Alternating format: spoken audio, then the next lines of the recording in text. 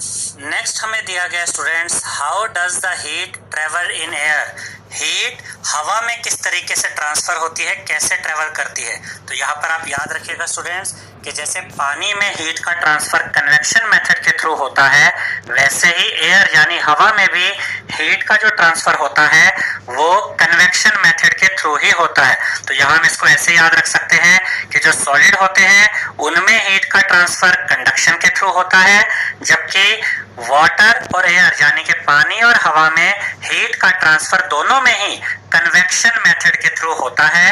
In which direction does the smoke go, जो smoke है, धुआं है, वो किस डायरेक्शन में मूव करता है, किस डायरेक्शन में जाता है।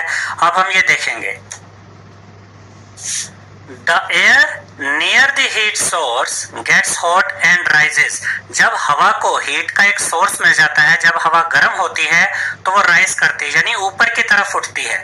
The air from the sides come in to take its place. और ये जो हवा ऊपर की तरफ उठ गई, हवा गर्म हुई और ऊपर की तरफ चली गई, तो इसके नीचे की जो खाली जगह बचती है स्टूडेंट्स, जो ठंडी हवा होती है साइड की, वो वहां पर उस जगह को आकर भर देती है, फिर वो भी गर्म होती है, फिर वो भी ऊपर उठ जाती है, और इस तरीके से ये प्रोसेस चलता रहता है। In this way the air gets heated. इस तरीके से हवा गर्म होती रहती है। The following activity confirms this idea. अब जो एक्टिविटी हम पढ़ेंगे उसमें हमें ये प्रोसेस पूरी तरह से क्लियर हो जाएगा। अब हम एक्टिविटी 4.9 पढ़ेंगे। लाइट अ कैंडल, एक कैंडल जलाइए। Keep one hand above the flame, एक हाथ को तो उसके ऊपर की तरफ करिए, यानी कैंडल जहां जल रही है उसके ऊपर की तरफ रखना है। And one hand on the side of the flame, और एक हाथ को आपने साइड की तरफ रखना है, जैसे कि यहाँ पर डायग्राम में दिखाया भी गया स्टूडेंट्स। ये देखिए, यहाँ पर ये कैंडल जल रही है, एक हाथ को तो यहाँ बिल्कुल इसके ऊपर की तरफ रखा गया है, लेकिन इतना डिस्टेंस बना के रखना है आपने स्टूडेंट्स कि आपका हाथ जले नहीं, यानी बिल्कुल पास में नहीं रखना। और दूसरे हाथ को देखिए साइड में रखा गया है, एक हाथ फ्लेम के ऊपर है और एक साइड में है।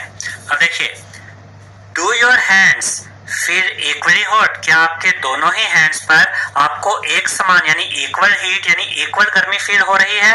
If not which hand feels hotter, और अगर ऐसा नहीं है तो कौन सा वो हाथ है इन दोनों में से जिस पर ज्यादा गर्मी फील हो रही है आपको, एंड वाई, और क्यों। और यहाँ पर ये प्रिकॉशंस भी दी गई है। Be careful, keep your hands at a safe distance from the flame so that they do not gate burn, और अपने हाथों को सेफ डिस्टेंस पे रखिए फ्लेम से ताकि वो जले नहीं।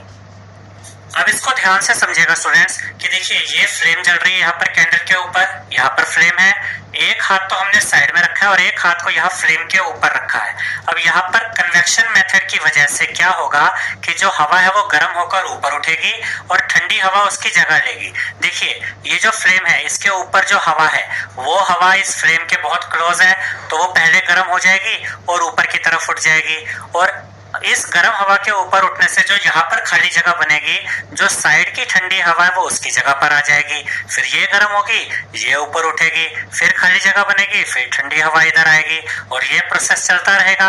अब हो क्या रहा है कि यहाँ पर जब हवा गर्म होती है तो ये ऊपर की तरफ उठ रही है, और गर्म हवा जब ऊपर की तरफ उठेगी तो ये वाला जो ऊपर की तरफ आपने हाथ रखा हुआ है इसको गर्मी फील होगी, क्योंकि ये गर्म हवा को टच कर रहा है, क्योंकि यहाँ पर कन्वेक्शन मेथड काम कर रहा है। हवा गर्म हो रही है और ऊपर जा रही है, और ठंडी हवा इस तरफ आ रही है, फिर वो गर्म हो रही है, वो भी ऊपर जा रही है, और ये प्रोसेस कंटिन्यूअसली चल रहा है। जबकि जो साइड में आपने हाथ रखा है स्टूडेंट्स, उस पे आपको गर्मी फील नहीं होगी, क्योंकि जब हवा गर्म हो रही है वो साइड में नहीं जा रही, वो तो ऊपर की तरफ जा रही है। तो यहाँ पर कन्वेक्शन मेथड हमने कैसे देखा कि हवा गर्म हुई, ऊपर की तरफ गई, और जो खाली जगह बनी यहाँ पर वो ठंडी हवा ने यहाँ कर ली, फिर वो भी गर्म हुई, वो भी ऊपर की तरफ गई, और ये प्रोसेस कंटिन्यूअसली चलता रहता है। देखिए, यही यहाँ पर दिया गया है। Notice that towards the top, ऊपर की तरफ, the air gets heated by convection, हवा गर्म होती है और ऊपर की तरफ उठती है, किस प्रोसेस के द्वारा, कन्वेक्शन मेथड के द्वारा।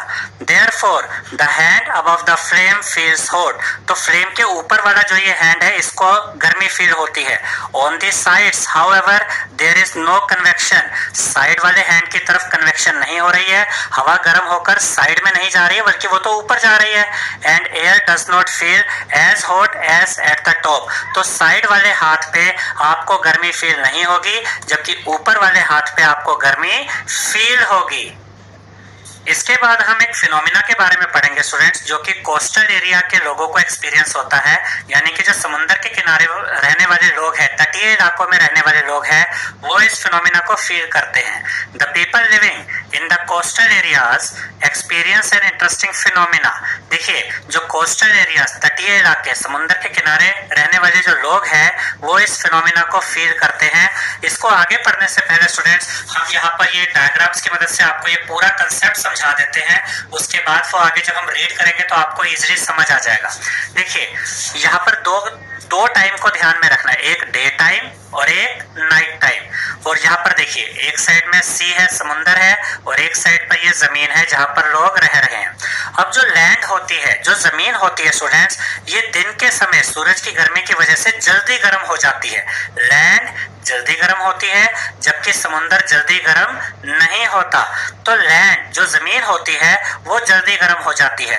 तो इसके टच में जो हवा होती है, यानी कि जमीन, लैंड के ऊपर की जो हवा होती है, वो भी जल्दी गर्म हो जाती है, क्योंकि लैंड गर्म हो गई तो वो हवा गर्म होकर, जमीन के ऊपर वाली हवा गर्म होकर ऊपर की तरफ उठती है।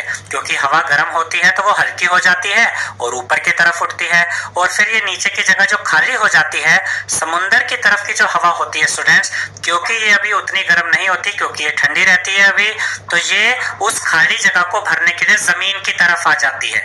इसको ध्यान में रखिएगा कि जमीन के ऊपर वाली हवा गर्म हुई, ऊपर की तरफ उठी, नीचे जो खाली जगह बन गई है अब, उसको भरने के लिए समुंदर की ठंडी हवा आ जाती है। अब यहाँ पर एक पॉइंट और आता है कि जो जमीन के ऊपर की गर्म हवा ऊपर उठी, वो ऐसे ऊपर उठ के इधर समुंदर की तरफ आती है, और समुंदर की तरफ आने पे उसे कम टेम्परेचर मिलता है, तो वो यहाँ पर आकर ठंडी होके वापस इधर से फिर से वापस इधर जमीन की तरफ आती है। देखिए, जमीन के ऊपर की हवा गर्म हुई, वो इधर समुंदर की तरफ आई, सी की तरफ आई, यहाँ पर टेम्परेचर कम है तो यहाँ पर आकर वो फिर ठंडी हो गई, और फिर यहाँ पर जमीन के ऊपर की हवा फिर से गर्म होकर ऊपर जा रही है, और ये वाली ठंडी हवा वापस इधर इस जगह को भरने आ जाती है। इस तरह से ये साइकिल चलता रहता है। दिन के समय जो हवाएं चलती है स्टूडेंट्स, वो सी यानी समुंदर से जमीन की तरफ चलती हैं, और ये ठंडी हवाएं होती हैं। इसीलिए जो यहाँ पर घरों की खिड़कियां होती है, दिन के समय लोग यहाँ पर ये जो समुंदर की तरफ वाली जो खिड़कियां होती है, जो विंडो होती है, उसको खोल के रखते हैं, ताकि समुंदर की तरफ से ठंडी हवा उनको घरों में फील हो सके। अब यहाँ पर आपने ये भी याद रखना है स्टूडेंट्स कि डे टाइम में, दिन के समय, सी की तरफ से लैंड की तरफ जो ये ठंडी हवाएं चलती हैं, इनको हम कहते हैं सी ब्रीज। अब देखिए, नाइट के टाइम पर क्या होता है। नाइट के टाइम पर जो लैंड होती है वो जल्दी ठंडी हो जाती है। दिन के समय हमने क्या देखा कि लैंड जल्दी गर्म हो जाता है और सी जल्दी गर्म नहीं होता। रात के समय इसका अपोजिट होता है, लैंड जल्दी ठंडा हो जाता है, जबकि सी उतनी जल्दी ठंडा नहीं हो पाता। तो रात के समय समुंदर के ऊपर की जो हवाएं होती हैं, ये गर्म होने की वजह से ऊपर उठती है, जबकि जो जमीन के टच में जो हवा होती है, क्योंकि जमीन जल्दी ठंडी हो जाती है रात के समय, तो इसके ऊपर की हवा ठंडी हो जाती है। तो समुंदर की गर्म हवा ऊपर उठती है, और जो जमीन की ठंडी हवा है वो समुंदर की तरफ जाती है और इस खाली जगह को भर देती है। अब यहाँ पर आपने ये भी याद रखना है कि सी के ऊपर जो ये हवा गर्म होकर ऊपर उठी, ये आती है इधर लैंड की तरफ, और लैंड के ऊपर क्योंकि टेम्परेचर अब रात के समय कम होता है, तो यहाँ कर इस हवा का टेम्परेचर कम हो जाता है, ठंडी होकर नीचे आती है, और वापस ये इसके बाद इस तरफ आती है। समुंदर के ऊपर की हवा गर्म होती रहती है, ऊपर उठती रहती है। लैंड की तरफ से जो हवा है, वो ठंडी हवा इस खाली जगह को भरने के लिए इस तरफ आती रहती है, और इस तरीके से साइकिल चल